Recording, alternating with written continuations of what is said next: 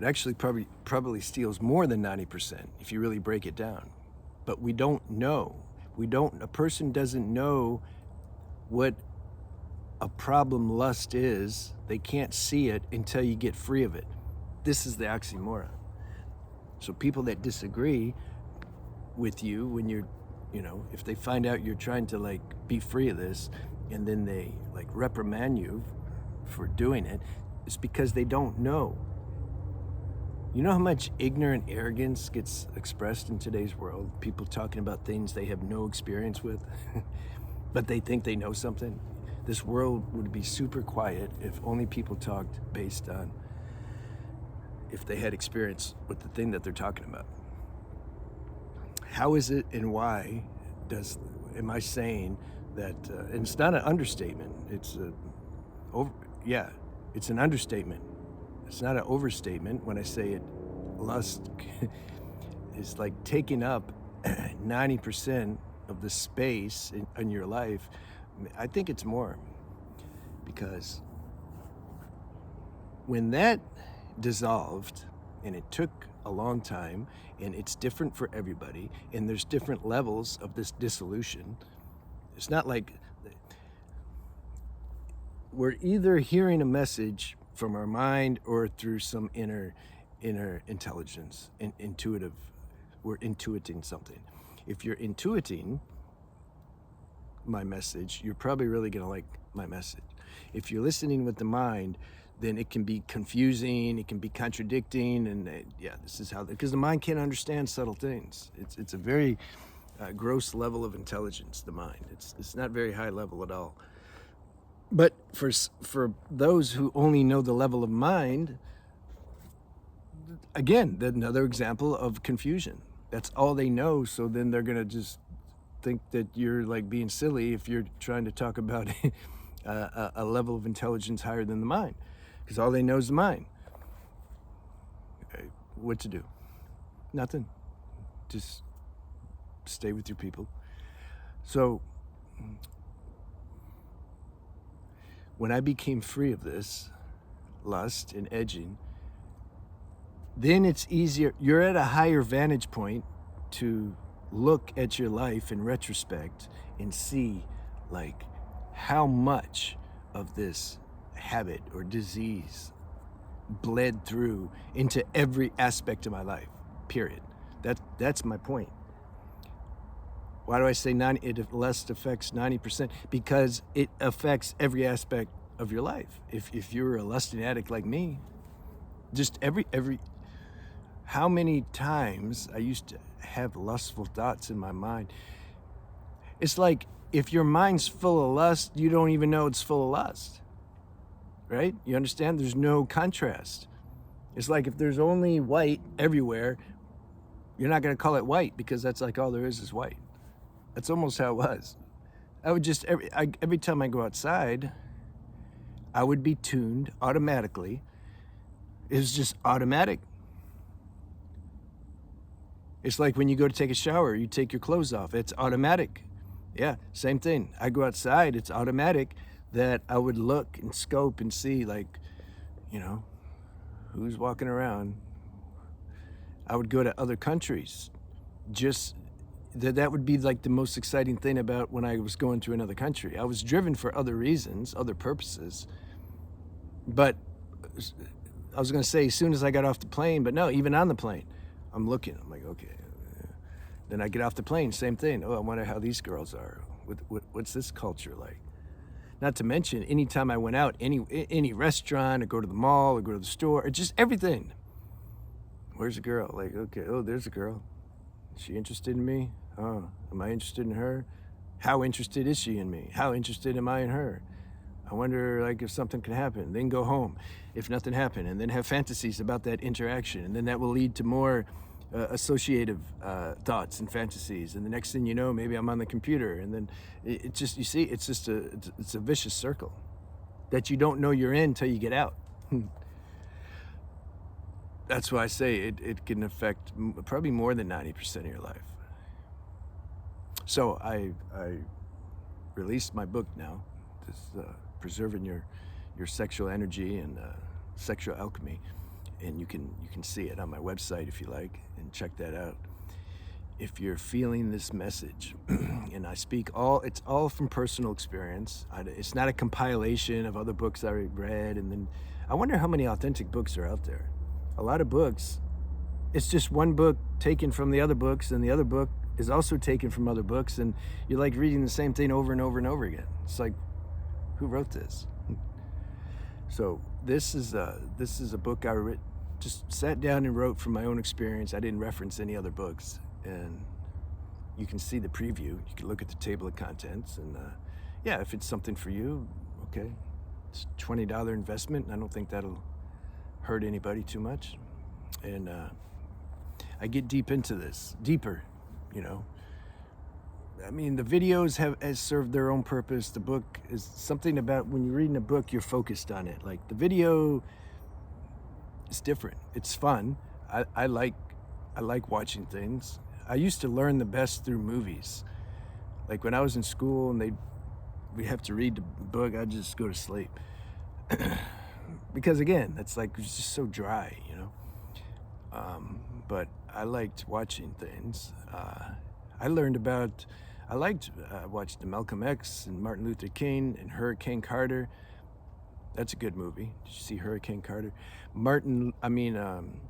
Denzel Washington played all those roles because he knows. Oh no, wait, did he play Malcolm X too? I think he played all those roles. But see, I liked it. I like it. That's how I can remember it. Then I can learn. But I think if the books were different in school, maybe then I would feel it. They have some energy instead of just trying to memorize a bunch of dates and words. And anyway, that's the school system. So, but we're talking about. So I was talking with my friend about how nice it is to be free of this just previous compulsion of constantly thinking about female energy and how that morphs into thousands of different ways that manifests. It's just crazy, man. How much of my life and my energy and my mental, awareness was being channeled through some lustful thought or eyes or everything. No wonder I could write. I was telling him this too, because I wrote 5 books, less than a year. They're being edited now. It's a process, you got to write the book, and then my editor was getting burnt out. He edited 2, and now we're working on the psychedelic book. That'll be next. I'm thinking maybe by the beginning of next year. There's no way I would have had the power and energy to sit down and do that. Especially, I don't like writing. I'm not a computer person. I don't know how to do this stuff, this technical stuff. And there's no way I would have even close to the energy required to do that kind of work if I wasn't free of edging, lusting. It's just no way. There's no way I could have kept making videos consistently for over 3 years.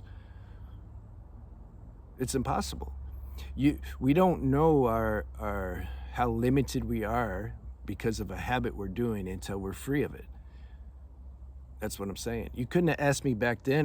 Do you think your lust and edging is like holding you back? Well, number one, I probably would have denied it, like everybody does. No, I'm a man. It's good. They're giving me energy, actually. I feel really good. Somebody was telling me that about, because they were watching, I was saying about these Taoist exercises and stroking your equipment and getting close to climaxing and then stopping. I was saying how it's just pure dopamine addiction. It's going to burn you out at some point. And he's like, no, I feel good, man. I have more energy doing that. Yeah, you have dopamine. It's like if you drink coffee all day, you're going to feel like you have energy too, but it's not solid energy. And at some point it turns on you. That's the problem. Well, it's not a problem. That's what helps you get free of it. But at some point, it takes a while. The body's resilient. The nervous system's strong. And so you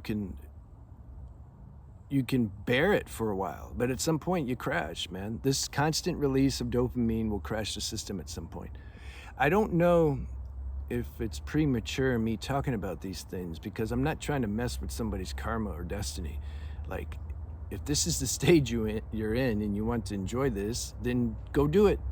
And you like those books and videos that are proponents of all these, you know, sexual stimulating so-called therapeutic exercises, then go ahead. Yeah, like, seriously, I'm not being condescending when I say, like, go do it. I don't think I need to worry about it. I think those people who are tuned to this message will watch it, and those who aren't won't. But I can't, like, pretend to not know, because I've been through the process. I can't, you know, I can't pretend to not know what the truth is about it. And so I'm sharing that with those who have the ears to hear it. But I can tell you, man, I just think it's, I mean, there's multiple things that are important in someone's life to help you stay aligned in the best, highest version of yourself. But I got to put this way up there, being free of the lust and the PMO and all that.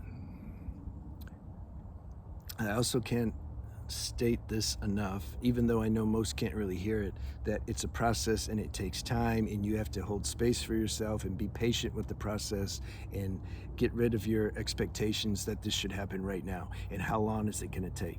Yeah, you have to somehow let go of that, because it doesn't help. It's not going to make it happen faster if you keep worrying about how long it takes and why it's not happening.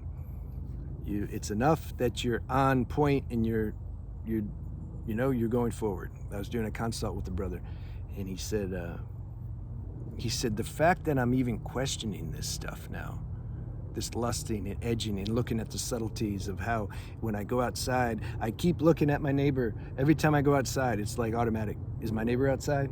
She's a girl.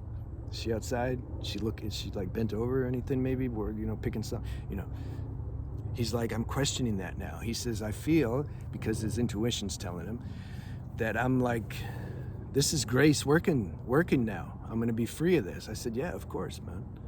Of course. People who are stuck in this, they don't even question that. In fact, they justify and think it's normal. Yeah, I'm a man. I'm still a man. You see, I look at the girl. It's natural. And then his friends would be like, yeah, right on, man. You should do more than just look. See, this is the majority that we're living with right now. So they're not going to understand you. Don't tell anybody. You're like setting yourself up for criticism when you tell people, ignorant people who don't understand. They're just ignorant. I'm ignorant. Ignorant's not a negative word. I'm ignorant of, like, rocket science. I don't know how it works. I'm ignorant. I'll say that all day long. Actually, I'm ignorant about most things except what I'm talking about now, and health and spirituality. The things that I'm writing my books on are the only things I know about. Nothing. I don't know anything else. I bought a thing to put my phone on the car. I don't know how to put it on to make the phone stay there. I don't know how to do it. It's not my thing. So, but this is my thing, and this is why I'm sharing on it. So you can see my book if you like. You can check my website, and yeah, let me know if you have any questions. All right, I'll see you.